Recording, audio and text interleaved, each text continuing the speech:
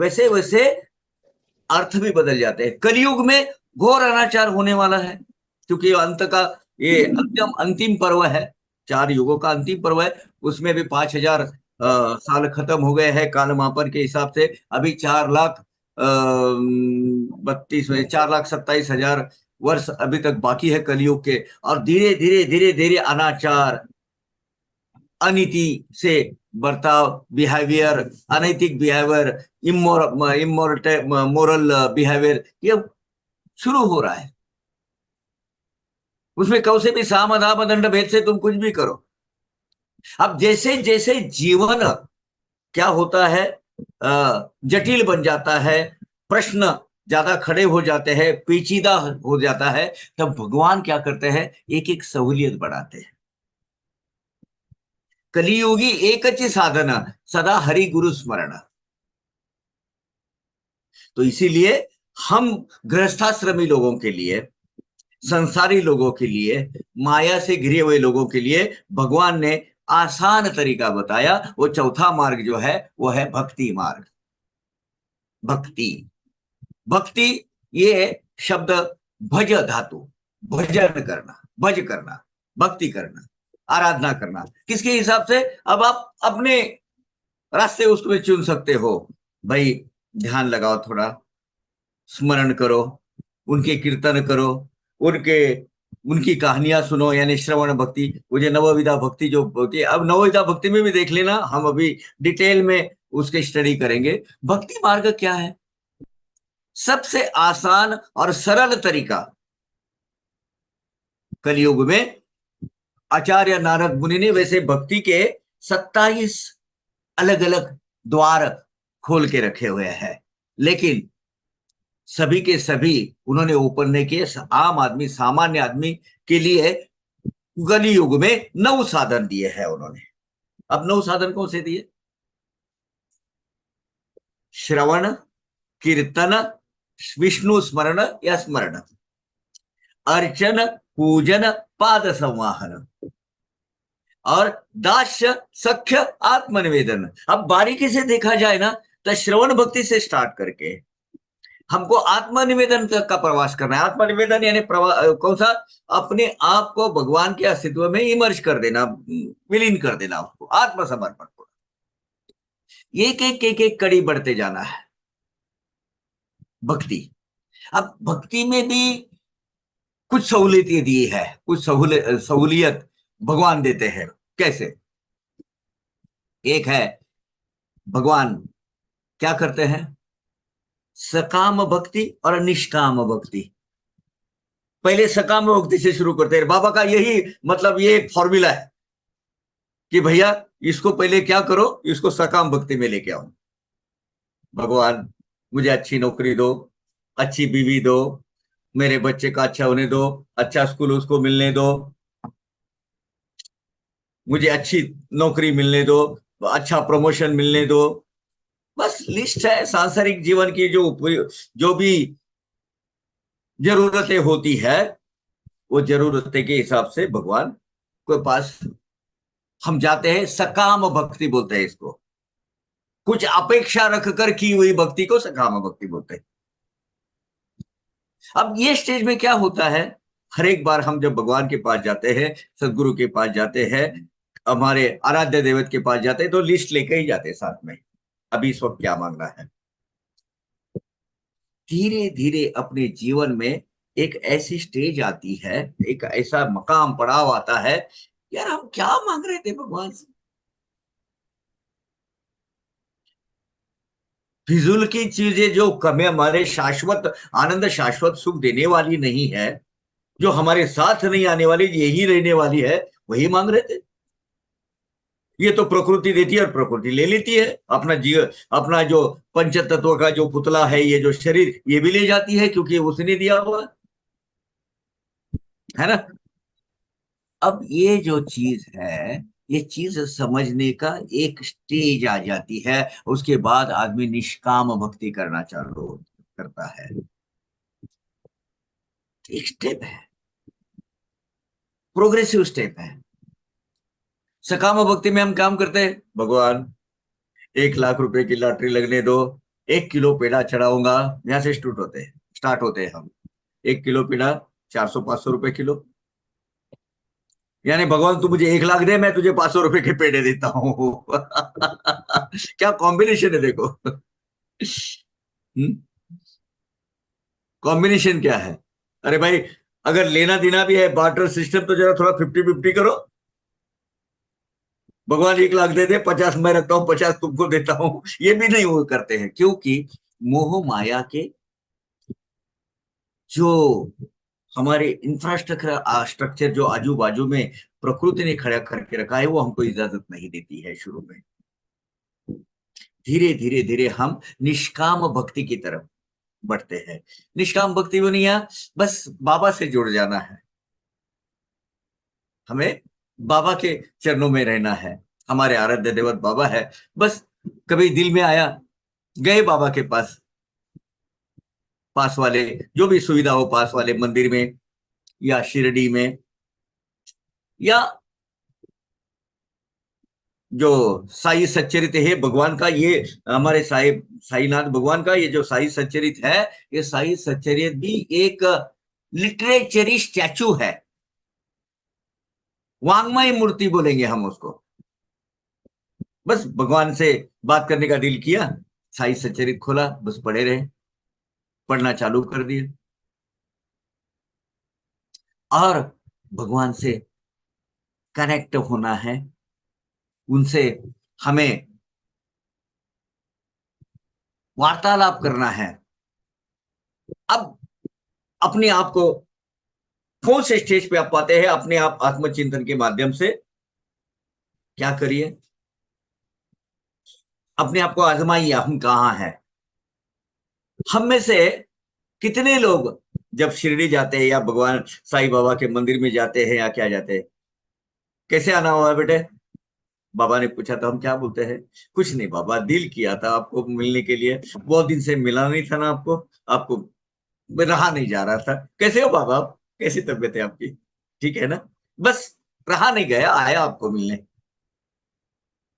इस भावना से हम जाते हैं क्या, कुछ लिस्ट लेकर जाते हैं। अगर लिस्ट लेकर जाते हैं तो गलत नहीं है। बाबा कहते हैं मैं मेरे भक्तों तक जब तक देते रहूंगा, तब तक वो चिंदिया मुझसे मांगता है। ये चिंदिया है, मेरा जो खजाना है वो तो बहुत भरा पड़ा हुआ है, मैं चाहता हूं सब लोग लूट लूट कर लेके जाए, लेकिन माइक लेने वाला माइका लाइव कोई मिलता ही नहीं। बाबा खुद कहते हैं, ये क्या हुआ, सकाम भक्ति से निष्काम भक्ति की ओर का प्रवास।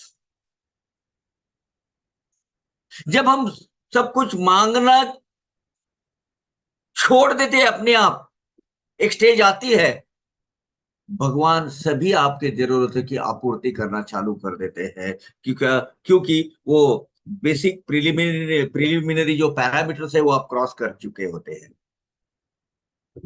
उस वक्त आपको कुछ मांगने की या कुछ आपूर्ति करने की जरूरत ही नहीं होती है।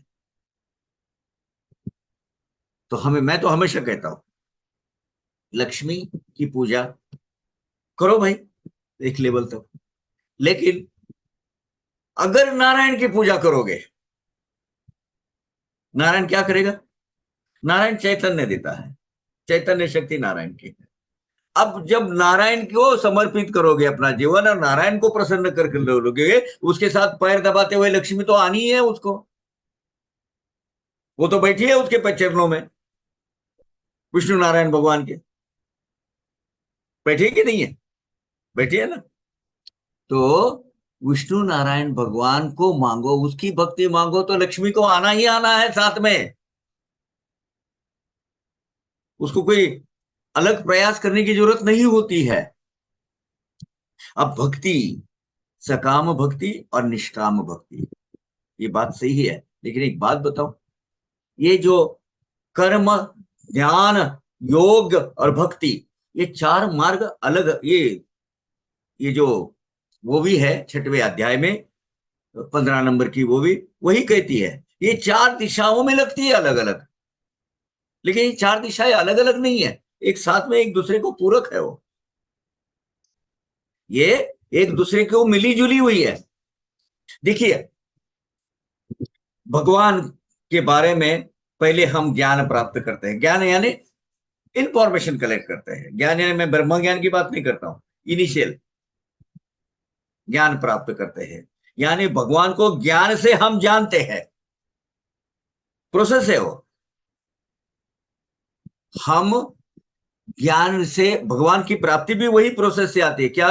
भगवान ये ज्ञान से जानना है, कर्मन से प्राप्त करना है, और भक्ति से उसको टिकाए रखना है। समझ गए? ज्ञान से उसको प्राप्त करना है, ज्ञान से उसको जानना है, कर्म से उसको प्राप्त करना है, और भक्ति से उसको टिकाए रखना है अपने जीवन में कंसिस्टेंटली। तो क्या हुआ? ज्ञान, कर्म, भक्ति, और कभी बस बैठे साथ में तीसरी जो भक्ति है स्मरण, वो स्मरण भक्ति करते रहे, आगे चारों भी मार्ग आते हैं एक ही जगह। तो ये कड़ियां आपस में जुड़ी हुई है। भक्ति की ये चार कड़ियां अलग अलग दिख रही है, हर एक का अपना अपना मार्ग है। लेकिन भक्ति, साई सच्चरित्र में बहुत अच्छा कंपैरिजन किया हुआ है। ज्ञान मार्ग को राम फल की उपमा दी गई है, उपाधि, और भक्ति मार्ग को सीताफल की। क्यों दी है? सोचिए। राम फल जो है, वो जो पेड़ पर जब रहता है, तब वो जो पकता है, गिरने की कगार पर आता है, तभी उसको लेना है, तभी उसको तोड़ना है, तभी उसको लेना है, तभी वो आपको मीठा लगता है। समय से पहले उसको तोड़कर अपने बाजू में रख के उसको पकाओ, ऐसा नहीं होता आम के जैसा। अगर वो समय पर, जैसे एक पेड़ बोलो, रामफल का पेड़ जो है वो सदगुरु तत्व समझो, और रामफल है, तो रामफल जो ज्ञान मार्ग है, सदगुरु के सानिध्य में ही फूलता फलता है और प्राप्त होता है। और सीताफल, सीताफल एक पर्टिकुलर चीज आई, वो परिपक्वता होने के कगार पे आया, उसको आप तोड़ सकते हैं, बाजू में जाके कहीं भी रख सकते हैं, 2-4 दिन, हफ्ता, 10 दिन के बाद वो पक जाता है। यानी उसमें सदगुरु के सानिध्य की, फिजिकल एग्जिस्टेंस की जरूरत नहीं होती है। आप दूर रहते हैं, गाय का बछड़ा होता है, गाय का बछड़ा,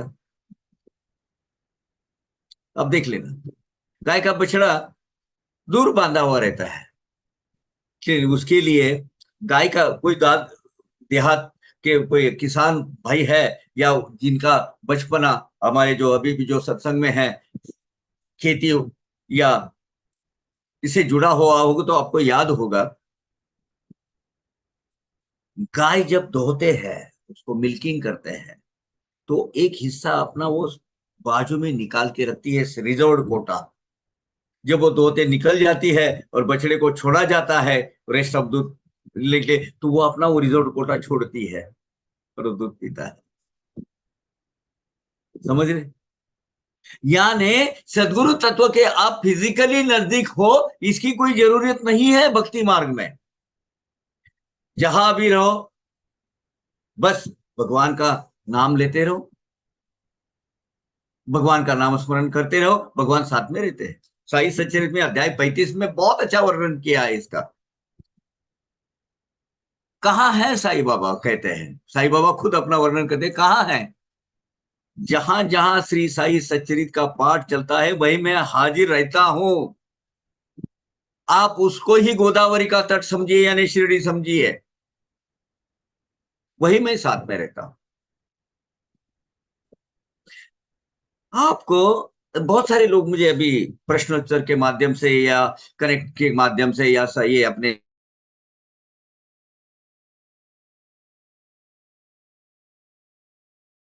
और हमारे नसीब में शायद नहीं है, हम बाबा को देख नहीं पा रहे हैं। कोई जरूरी नहीं है आपका फिजिकली शिरडी जाओ, तो अच्छी बात है, नसीब वाले हो। अध्याय 15 का उछोलकर जी का देखिए, मन्नत मांगी, भगवान मेरा ये जो जो अस्थाई नौकरी है उसको परमानेंट करवा दो, स्थाई करवा दो, कायम करवा दो। मैं आपको क्या लेके आऊंगा? मिस्त्री लेके आऊंगा। उनके हैसियत से उन्होंने बोला मिस्त्री। लेकिन मोह माया की प्रकृति ने उनको बहुत दिन तक जाने की इजाजत नहीं दी। ऐसी परिस्थिति खड़ी कर देते थे कि वो जा नहीं पाते थे। क्या किया चोलकर जी ने? जब तक है मैं बाबा को मिश्री नहीं चढ़ाऊंगा तब तक मैं चाय नहीं लूंगा, चाय में शक्कर नहीं लूंगा, बगैर शक्कर की चाय लूंगा। क्योंकि मेरी तरफ से जाना लेट हो रहा है, भगवान मुझे दिया है लेकिन मैं जा नहीं पा रहा हूं। मैं मेरे सांसारिक जीवन की आपूर्तियां करते करते मैं वो इतने पैसे जोड़ना नहीं पा रहा हूं कि वहां गया मैं जाऊं। वो जाने के बाद तो आपको पता है 15वें अध्याय में क्या हुआ। बाबा ने बोला उसको चाय शक्कर भर डाल डाल के भर भर के चाय के पाले पिलाओ इसको। रो गए, नतमस्तक हो गए बाबा के चरणों में। और बोले बाबा मुझे आपको कैसे पता चला कि मैंने ये चाय में शक्कर छोड़ दी है? ये है माउली तत्व, ये है सदगुरु तत्व। भक्ति मार्ग में आपको एक बस एक प्रतिभा रखी है बाबा की। एक ये इसका भी कुछ दिन के बाद इसकी भी जरूरत नहीं पड़ती है। सगुण साकार भक्ति और निर्गुण निराकार भक्ति। भक्ति मार्ग के शुरू में शुरुआती कुछ स्टेजेस में सकाम भक्ति की जरूरत होती है। वैसे सगुण भक्ति की भी जरूरत होती है। कुछ उसका एक हमारे आराध्य देवता का एक फोटो, एक तस्वीर, एक प्रतिमा सामने लगती है हमें, हमारा ध्यान केंद्रित करने के लिए, लक्ष्य केंद्रित करने के लिए, एकाग्र चित्त करने के लिए। कुछ दिन के बाद वो भी जरूरत नहीं पड़ती है। निर्गुण निराकार, सरगुण साकार से निर्गुण निराकार भक्ति तक हमारा प्रवास शुरू हो जाता है। क्या होता है? निर्गुण निराकार से सगुण साकार से निर्गुण निराकार। अरे वो तो क्या है, वो एक वही निरंकार है। सभी विश्व के जितने भी दृश्य जात है, 6वें अध्याय में बहुत अच्छा आगे कहा है, वही वही समाया है। और सब सब दृश्य जात, सब पशु पंछी पक्षी प्राणी, सब चीजों में भगवान का स्वरूप नजर आने लगता है। भगवान दिखाई देने लगते हैं। जिधर देखो उधर वही है कि नहीं? भगवान ज्ञानेश्वर, भगवान स्वरूप ज्ञानेश्वर, संत ज्ञानेश्वर महाराज, उनकी बहुत अच्छी रचनाएं हैं। छोटी छोटी छोटी उनकी जो रचनाएं हैं, अलग अलग टाइप साहित्य के अलग अलग प्रकार भगवान ज्ञानेश्वर महाराज ने उनका प्रयोग किया है। तो उसमें कुछ एक एक छोटे छोटे तीन एक एक अभंग में पूरा सृष्टि का विवरण और भक्ति के अलग अलग स्टेजेस उन्होंने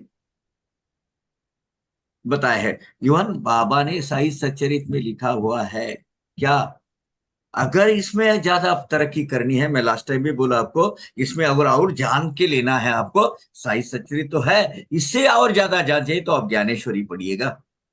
ज्ञानेश्वरी ये एक टीकात्मक ग्रंथ है, भगवत गीता से लिया हुआ। शिकागो से वो एक भगिनी, वो मुझे बोली लास्ट टाइम आपने रिकमेंड किया था, मुझे वो चाहिए। वो शायद होगी भी इधर, उनका नाम रेनू, रेनू नाम है उनका। वो यानी ये क्या है, ये मैं क्यों बोल रहा हूं, खास करके ज्यादा से ज्यादा भगवान के नजदीक जाने की जितने भी राह, जितने भी मार्ग हमें प्राप्त होते हैं प्राप्त करने। आज हम भक्ति मार्ग, यहां तक भक्ति के थोड़े से और एक्सप्लेनेशन है, नेक्स्ट एपिसोड में हम देखेंगे भक्ति मार्ग। और भक्ति मार्ग से हमें क्या प्राप्त करना है? पुरुषार्थ, पुरुषार्थ। धर्म अर्थ काम मोक्ष भक्ति से हमें प्राप्त करना है, और ये करने के लिए पहले विरक्ति लगती है। तो नेक्स्ट एपिसोड में हम क्या देखेंगे, पहले भक्ति का थोड़ा सा एक सेगमेंट रह गया है वो कर लेंगे, उसके बाद विरक्ति। विरक्ति अपने आप आ जाती है। बहुत सारे लोगों का ये भ्रम है कि हमें सब कुछ छोड़ रहा है, ये संसार बिगाड़ सब छोड़ के हमें राजपाट छोड़ के जाना है, बस विरक्त होना है और उसके बाद हम भक्ति कर सकते हैं। ऐसा नहीं है, ऐसे भ्रम में मत रहो। हम हमारा संसार निजी जीवन जीते हुए हमारी सांसारिक आपूर्तियां और हमारे जो कर्तव्य निभाते हुए भी विरक्ति होती है, वो हम विरक्ति विस्तार से अगले एपिसोड में देखेंगे, उसके बाद पुरुषार्थ देखेंगे। तब तक के लिए आज्ञा दीजिए। ओम साई राम। सुजय जी। ओम साई राम, ओम साई राम। थैंक यू काका। आज भक्ति मार्ग के बारे में हम सभी को बताने के लिए कुछ कारणवश मेरा लैपटॉप से कनेक्ट नहीं हो पा रहा है। मैं कोशिश करते करते तो आज के नोट्स भी नहीं बना पाया। आज के दिल से कनेक्ट रहो बस। कोई बात नहीं। बाबा की कृपा से एक और हमारे सज्जन हैं जिन्होंने रिकॉर्डिंग कम से कम कर दी अपने लैपटॉप से ऑन करके, ताकि हम इसे वापस से सुन सकें जो भी भक्त मिस कर गए। तो आज के भक्ति मार्ग के बारे में जो काका ने हम सभी को बताया, रेफरेंस टू चैप्टर 35 एंड वो रेफरेंस टू चैप्टर 15, जहाँ पे की शक्कर छोड़कर और बाबा के दर्शन के लिए गए वो भक्त। वैसे ही काका ने हम सभी को बताया कि बाबा से मांगना गलत नहीं है। बाबा तो बैठे हैं, बाबा ने अपने 11 वचनों में भी कहा है कि मैं यहाँ पर जो मेरे पास आता है उसे देता हूँ। परंतु क्या हम इतना सूक्ष्म रूप से ही बाबा से मांगते हैं कि हमें पता नहीं है कि बाबा नहीं जानते हमें क्या कब देना है। अगर हम वो लिस्ट को इतनी लंबी जो लिस्ट लेकर जाते हैं उसे धीरे धीरे जब वो लिस्ट खत्म हो जाए और बंद हो जाए, तब हम समझ पाते हैं भक्त कि बाबा एक्चुअली जो हमें देना चाहते हैं वो हम उनसे प्राप्त कर पा रहे हैं कि नहीं। तो यही भक्ति मार्ग के बारे में काका ने बहुत ही सुंदर तरीके से हम सभी को समझाया। उसके लिए बहुत बहुत धन्यवाद। ओम साई राम। काका, एक प्रश्न असा आहे, आपण आरती गातो ना दुपारची माध्यान्ह आरती, त्याच्यामध्ये आपण जयदेव जयदेव दत्ता उदोता व साई उदोता ही आरती गातो। त्याच्यामध्ये दुसरा कडवा है यवन स्वरूपी एक या मैं बोलता हूँ आपको, उसके ऊपर मैं एक्सप्लेनेशन देने वाला था आपको। संशय निर्शुन्यात द्वैता घालोरे। क्या हुआ एक्चुअली, क्या हुआ है इसके पीछे कहानी है, सच कहानी है। सच कहानी यह है, यवन रूपी एक्या दर्शन तो आदि दिले, यानी एक्या यानी एकाला नहीं, संत एकनाथ महाराज। एकनाथ महाराज, ये कब की बात है, जब भगवान स्वरूप जनार्दन स्वामी, इनके बहुत 3 शिष्य है, रामा जनार्दनी, एका जनार्दनी, जनी जनार्दनी। वो अपने गुरु का नाम अपने नाम के पीछे लगाते हैं। ये जब शूल भंजन पर्वत पर ध्यान धारणा करने के लिए अपने गुरु के छत्र छाया में थे एकनाथ महाराज। शूल भंजन पर्वत में कौन सा, आज का दौलताबाद किला, औरंगाबाद के नजदीक जो दौलताबाद किला, जहां स्वयं ये सरदार थे जनार्दन स्वामी, उनके आश्रय में उनके साथ में गुरुकुल करके एकनाथ महाराज रहते थे। और एकनाथ महाराज रहने के बाद उनको इच्छा हो गई कि मुझे दत्त प्रभु के दर्शन होने चाहिए। तो सदगुरु प्रसन्न हुए और बोले हो जाएंगे। अब जो बोले, अभी वही शूलभंजन पर्वत यानी वही पर्वत है, उसके उल्लेख है पुराणों में और धर्म ग्रंथों में, प्राचीन धर्म ग्रंथों में है। अब वो जब आए तो वो एक यौवन रूप फकीर, काला भेष और उसके हाथ में काला जो पूरा चोला पहन के वो आए सामने, और इन्होंने आंख खोले, वत्सा क्या बोलते हो। अब ये डिस्टर्ब हो गए थोड़े से एकनाथ महाराज। अब एकनाथ महाराज ने बोला, भगवान मैंने तो आपका वो 3 सिर 6 हाथ, शंख चक्र गदा पद्म, इस स्वरूप में मैं अपेक्षा कर रहा था आपकी। आपने तो वो ये जरा वो रूप में दर्शन दीजिए ना। बोले आंख बंद कर। वही फकीर ने, वो जो छोरा फकीर है, उन्होंने ये लिया, दत्त गुरु का ओरिजिनल स्वरूप लिया और दर्शन दिए। तो इसीलिए वो जो कहानी है, वो जो वाक्य है वो आरती में, यौवन रूपी एक क्या दर्शन तो आदिदले, संशय निर्सुनिया, उनका डाउट मिटा दिया कि देख यौवन और ये दत्तगुरु में हम अलग नहीं है, हम दोनों एक ही है। संशय निर्सुनिया तद्वैत, जो उनका द्वैत भाव है उनको मिटा दिया है। मैं ही वो यौवन फकीर हूं, मैं हूं सदगुरु हूं, मैं हूं दत्त प्रभु हूं, मैं ही उसी का अवतार। ये कंट्रोल, ये जो है ये भ्रम एकनाथ महाराज का निकालने के लिए ये किया था। एकनाथ महाराज शूल भंजन पर्वत, याद रखिएगा, ये उसका रेफरेंस है। हम क्या करते हैं, आरती गाते तो है, प्रभु माफ करना गुरुजी, लेकिन हम आरती गाते तो है, लेकिन उसका अर्थ नहीं समझते। अभी फिर से, अभी जो मैंने बोला उसके हिसाब से फिर से वो दोहराइए आप गुरुजी। हाँ दोहराइए।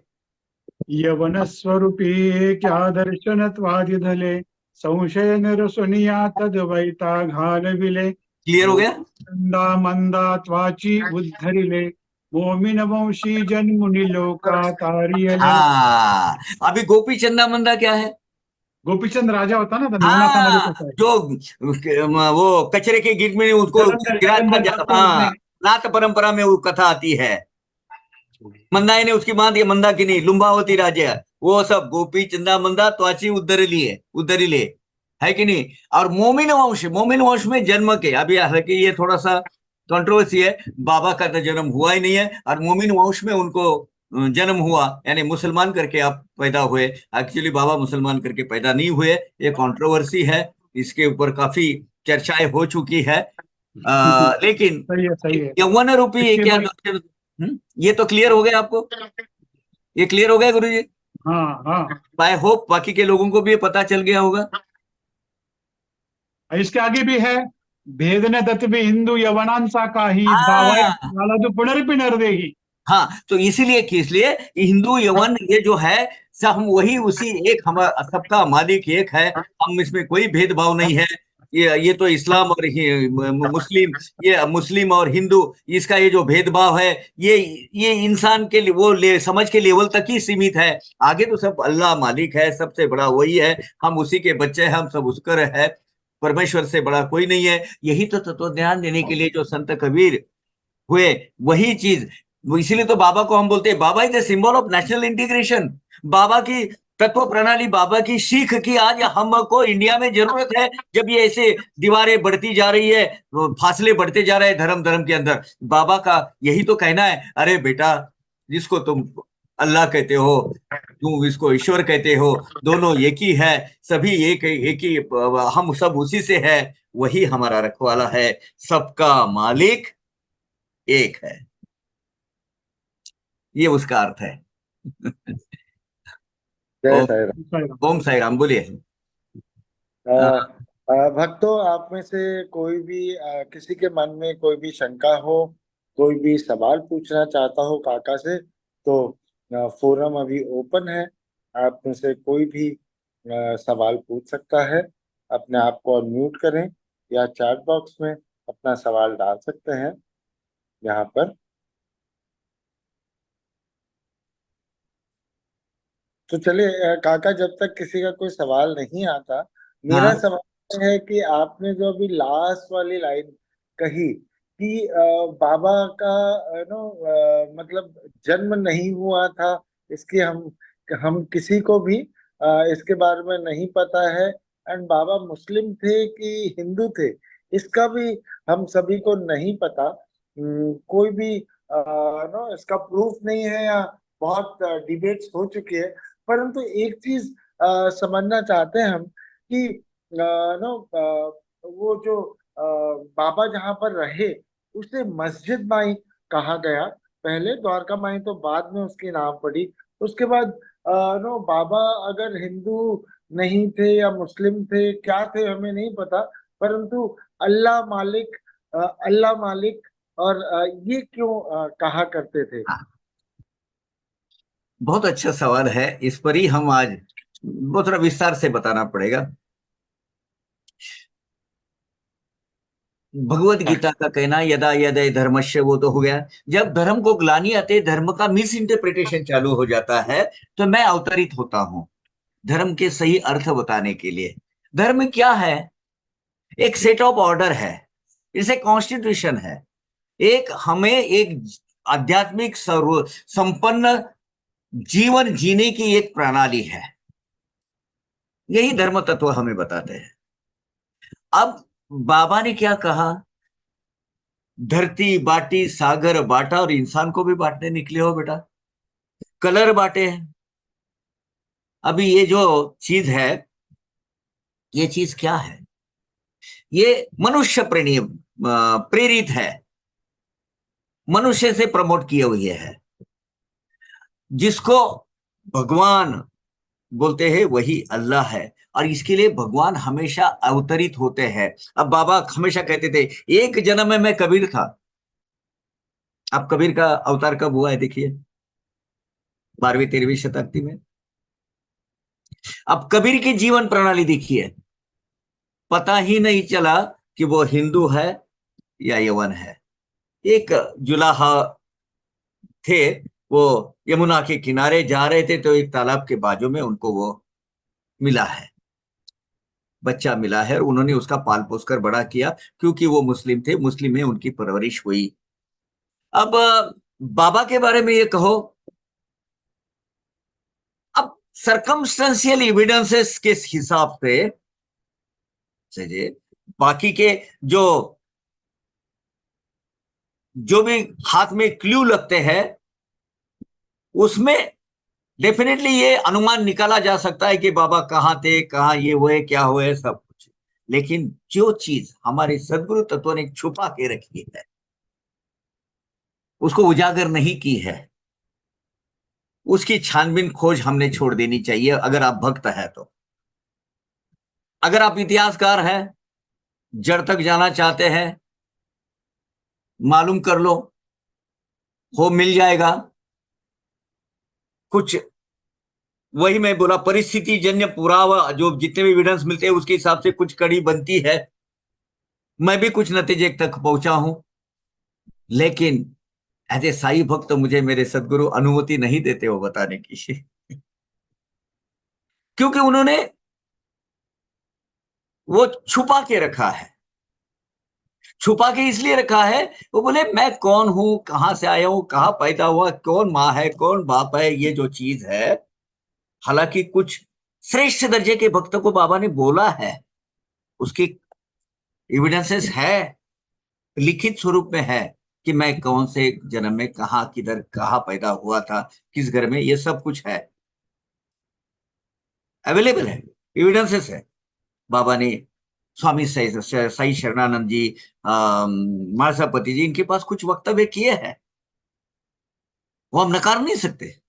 लेकिन वो उनकी क्या थी, उनकी योग्यता था, इसलिए बाबा ने उनको बताया हमें साई धर्म संभालना है, और साई धर्म के हिसाब से ये। हाँ, अभी लिखिए एक बात है, अभी आप बोले कि बाबा सबका मालिक, के क्यों बोल रहे थे कि बाबा की परवरिश बचपन में कुछ बहुत सारी स्टोरीज साथ में मिक्स होती है। मान्यता है कि मुस्लिम फकीर ने की है, उनको शुरू की तालीम मुस्लिम फकीर के सानिध्य में उनकी हुई है। इतना ही नहीं, ये भी अनुमान, ये भी बिल्कुल पुख्ता एविडेंसेस मिलते हैं कि सूफी धर्म संप्रदाय के जो लोग आए थे वो नॉर्थ से, वो जो औरंगाबाद में, दौलताबाद और औरंगाबाद के बीच में जो चीज है, जो भी है, बहुत सारी मज़ारें मिलेगी उसमें। वो जरदारी बख्श की मज़ार भी उधर है। अब वहां उनके सानिध्य में बाबा रहे हैं, उनका प्रभाव उन पर पड़ा है। बन्ने मियाँ के साथ में उनके जो रिलेशन है, ये जो यूसुफ क्या बोलते, कौन सा फकीर, वो जो मालेगांव के बड़े बाबा, वो बड़े बाबा भी उनको वहां मिले हैं, वहां से उनकी कड़ी मिलती है। ये सब साथ में आते हैं। अब क्या होता है मैं आपको बताऊं, ये संप्रदाय का उनके ऊपर प्रभाव जरूर है, लेकिन उस वक्त की अगर आप बात करो, नाथ संप्रदाय जो सूफी धर्म संप्रदाय को भी मानता है, बाबा का नाथ संप्रदाय, हम तो नाथ संप्रदाय की बोलते हैं ना, गुरु आदिनाथ से जो परंपरा चालू हो गई, वही परंपरा से सदगुरु तत्व आया, दत्त गुरु श्रीपाद श्रीवल्लभ। और श्रीपाद श्रीवल्लभ तो भगवान के जो फर्स्ट इनकारनेशन, तो क्लियर का स्पष्ट स्वरूप से बोला है, मैं साईं बाबा के स्वरूप में अवतरित होने वाला हूं। ये सब मिलता है। इसीलिए हमें ये सोचना चाहिए और ये समझना चाहिए कि सबका मालिक एक है। इसे इंटीग्रेशन है। धर्म अलग हमको अलग करना नहीं सिखाता, साथ में मिलना सिखाता है। सब धर्मों के तत्व एक ही है। किसी पे वो क्या बोलते हैं, घृणा मत रखिए। अभी आपका तीसरा सवाल, जो मस्जिद भाई में बैठते थे, मस्जिद भाई में करते थे, मैं आपको बताऊं एविडेंस के तौर पर, ये कभी मस्जिद थी नहीं। ये मस्जिद थी ही नहीं। ये था गोपा, अपने जो वामनराव गोंदकर जी है ना, उनका गाय का गोठा था, तबेला था ये। अब ये वामनराव गोंदकर जी का अगर आप देखेंगे ना हिस्ट्री, बाप रे, आला दर्जे के भक्त बाबा के। आज की जो लेंडी बाग है ना, वो लेंडी बाग से लेके ये निसर्ग होटल है ना, वहां तक, मतलब जो शाही आश्रम है वहां तक 400 एकड़ खेती के मालिक ही है। हाँ, आज का वो जो रोड के लेफ्ट साइड में वो टेम्पल व्यू वगैरह ऐसे जो 4 होटल है ना, वो 4 होटल उनके वारिस से, उनके है। वो शिवाजी गोंदकर और ये सब है ना, वो जो सब वही उनके ये है। हजारों अब्जों कोटि की उनकी आज की मुलाकात। ये जो है ना, ये जो लेंडी बाग ये खुद इनके घर में जो थे अमृतराव गोंदकर और जो थे, उन्होंने वो बेची है प्रधान को, मोरेश्वर प्रधान। और मोरेश्वर प्रधान ने लिखित स्वरूप में वो दान दी है इसमें लेंडी बाग की, उनकी मिल्कियत उधर है आज भी। ये वामनराव गोंद, ये जो आज की जो आप मस्जिद बोलते हैं ना, द्वारका माई कभी भी नहीं थी, उनका गोठा था। हुआ यूं, ये मालेगांव का एक फकीर ये था, एक साड़ी बेचने वाला। वो मालेगांव उस वक्त बहुत प्रसिद्ध रहता था हैंडलूम के चक्कर, इसमें एक भिवंडी और मालेगांव में पूरे आज भी देखो हैंडलूम का बहुत बड़ा, मतलब बहुत बड़ा कारोबार वहां चलता है। वो जो है, वो हैंडलूम के, वो नौवारी साड़ी जो पहनी जाती थी, वो वहां से लाता था। शिरडी के आजू बाजू के पूरे देहातों में घूमता था, बेचता था, लेता था। अब वामनराव गोंदकर के घर के लोगों ने भी कुछ साड़ियां ली थी, उसके 12 रुपए बन गए थे। अभी वो गोंदकर पाटिल बड़े बहुत बड़े भाई रईस उस वक्त के घराने के लोग हैं। वो जो लोग हैं उनको बोले भाई 12 रुपए ले लो। बोले पाटिल साहब, मुझे ना ये नहीं चाहिए, पैसे नहीं चाहिए। मैं आपको एक रिक्वेस्ट हूँ, ये जो पड़ा हुआ आपका जो गोठा है ना, ये मुझे रहने के लिए दीजिए। मैं अपना मालेगांव से लेके आऊंगा सब साड़ी सुड़िया, यहाँ रहते रखते जाऊंगा, आजू बाजू में देहात में घूमते रहूंगा, और वो अपना वो बेच बाच के देते रहूंगा। बस वो 12 रुपए मत दे दो, लेकिन मुझे वो ये दे दो रहने के लिए। अब ये आदमी ने वो जो डायलेपेटेड वो जो गोठा था, उसको धीरे धीरे धीरे धीरे मस्जिद में तब्दील कर दिया, क्योंकि वो 5 वक्त का नमाजी था, नमाज पढ़ता था। वो बुरुज बांध दिए, सब कर दिए। वो संगमनेर से कुछ मौलाना लेके आया, वहां से उसने जमात बनाना चालू कर दिया, वो नमाज पढ़ना चालू कर दिया। अब वो उस वक्त इतना नहीं था, वो गांव लेवल पे आज भी बहुत सहिष्णुता पाली जाती है। बहुत मतलब एक दूसरे को मिलना जुलना बहुत होता है। मैं भी उसी माहौल से आया हूँ। मुझे भी कोई भेदभाव नहीं लगता है इसमें, क्योंकि उसी से घर में पला हूँ, उसी में, उसी स्ट्रक्चर में, उसी के वातावरण में मैं पला हूं। तो मुझे वो उसमें आज भी नहीं लगता गांव में। तो उस वक्त क्या लगता था, अरे वो पड़ गया, वो जो रोहिला रहता था मालेगांव का, वो मस्जिद बनाया, वो नमाज पढ़ते थे, ये करते थे, कोई बात नहीं। आज के जैसे अजान वो वगैरह नहीं देते थे, तो वो कुछ लोगों को इतना नहीं लगता था। टॉलरेंस बहुत था, सोशल टॉलरेंस बहुत था। तो मस्जिद मस्जिद मस्जिद नाम पड़ गया उसका। वो गिरी हुई मस्जिद या पुरानी मस्जिद या पड़ी हुई मस्जिद। जब बाबा उधर रहने को शुरू कर दिया, तो वो तो स्ट्रक्चर एकदम खत्म हो गया था। इस वास्तु की कहानी वो है। वो मस्जिद प्रॉपरली विधिवत उसके कलमा वगैरह पढ़ के जो होता है, उसका इंस्टॉलेशन नहीं हुआ है, नहीं हुआ है। It is just a acceptance, social acceptance की मस्जिद माई है। समझ गए? तो बाबा वहां रहे। बाबा वहां क्यों रहे पर्टिकुलरली? क्योंकि दोनों की धर्मों की जो दूरियां हैं, वो दूरियां उनको खत्म करनी थी, एक करना है। बाबा इसीलिए तो बोलते हैं अल्लाह मालिक है, सबका मालिक एक है। बाबा के पर सूफी धर्म संप्रदाय, नाथ संप्रदाय और मुस्लिम संप्रदाय, इनका बहुत प्रभाव था। बाबा कौन से माहौल में पले, हम सभी के सभी हम उसी से है। अब बाबा तो स्वयं पर ब्रह्म अवतार थे। बाबा खुद को नहीं मानते थे। बाबा ने तो बोला है, काका हरि हरि बोलते बोलते मुझे हरि मिल गया। हरि हरि कहते हैं, मैंने हरि मिल गया। और बाबा का वाक्य साई सच्चरित में क्या, कलियुगी एक ही साधन सदा हरि गुरु स्मरण। वो क्या विहंगम मार्ग से जब ब्रह्म ज्ञान प्राप्त होता है, भगवान स्वरूप हो जाता है। लास्ट टाइम में मैंने बोला था, वो एक अनंत जन्मों का एक वो कलेक्शन होता है, उसमें इमीडिएट ऐसा इग्नाइट हो जाता है, खड़ करके आ जाता है। बाबा वैसी है, और वही वो ब्रह्म स्वरूप बन गए, ज्ञान स्वरूप बन गए। एक ऑर्डिनरी फकीर, हमको शुरू में उनका देखिए ना प्रवास, ये सादा एक आदमी, और एक हकीम भी करते थे, ये करते थे, लेकिन भगवान स्वरूप कैसे हुए? नर अगर करनी करे तो नर का नारायण बन जाए, ये थ्योरी बाबा के लिए बिल्कुल फिट बैठ जाती है। इसलिए हम अवतार मानते हैं। ओम ओम साई। साई राम, ओम इसी साई तरह राम। हम सुनना चाहते हैं। ऐसा लगता है जैसे बाबा गीता के श्लोक समाज क्या है समझाते हैं, वैसे ही अनुभव आता है। आपको सुनना बहुत अच्छा लगता है, हृदय में उतर जाता है। कौन है भाई? है आपका है मेरे ख्याल से। अच्छा, आपने कहा है, वाह वाह वाह, थैंक यू। कोई भक्त ना अपना ग्रैटिट्यूड आपके ऊपर में अच्छा अच्छा। हाँ जी, ओम नम्रता साई राम। है शायद। टाइम हो गया है। समय आज का काफी हो गया है आज के आज सेशन। क्वेश्चन आंसर हो नहीं पाया, सॉरी।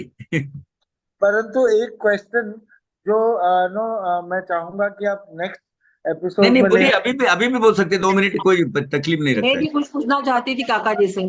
ओम साई राम जी। लंबा हम सुनना चाहेंगे। तो आज काफी समय हो गया। काका, ये सवाल मेरा ये है आपके साथ में कि ये मेरे साइंस सीरीज जो है, सबको पता है कि आप उसके पीछे में आपने रिसर्चर का रोल किया है, और हम्म आपने बहुत सारी इंफॉर्मेशन उस प्रोडक्शन हाउस को दी है, जिन्होंने ये ब्यूटीफुल मेरे साई का एपिसोड नो हम सभी साई भक्तों के बीच में प्रस्तुत किया।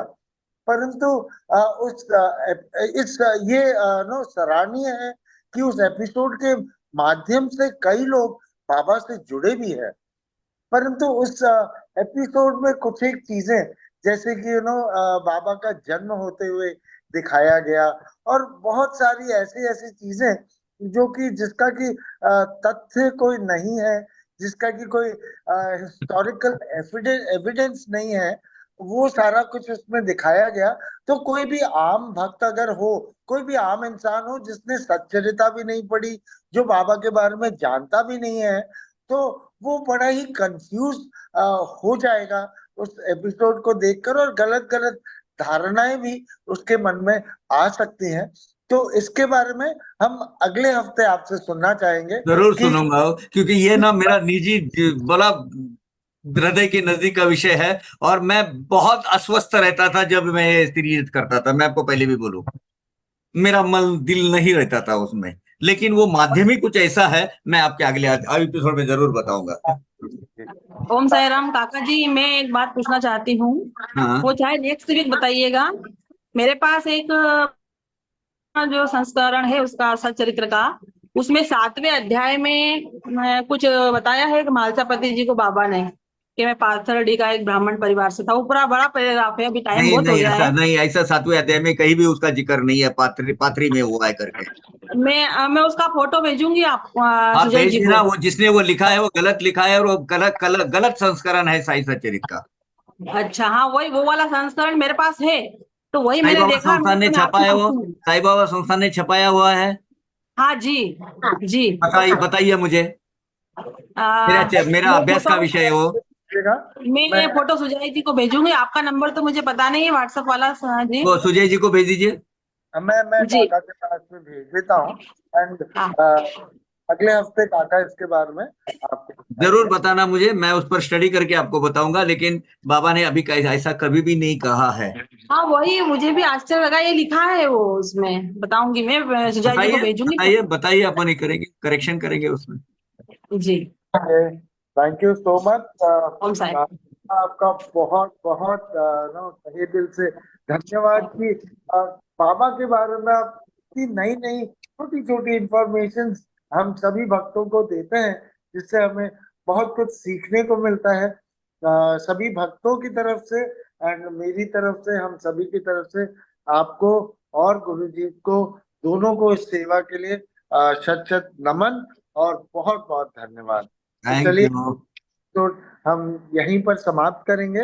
मैं सभी भक्तों से अनुरोध करूंगा, अपने आप को अनम्यूट करें, ओम साई राम कहें। ओम ओम साई साई राम। राम। साई राम। ओम साई राम। ओम ओम साई राम। ओम साई राम। ओम साई राम। ओम साई राम। ओम साई राम। ओम साई राम। अच्छा, मैं आपको बताऊं एक अनाउंसमेंट, हर सैटरडे को भी ऐश्वर्या है ना, ऐश्वर्या वर्मा, उसने साईं बाबा की अमृतवाणी का सत्संग चालू किया है सवेरे 7:30 से 8:30। आप उसको भी जुड़ सकती हो। उसमें भी ऑलमोस्ट यही विषय पर चर्चाएं होती रहती है एवरी सैटरडे।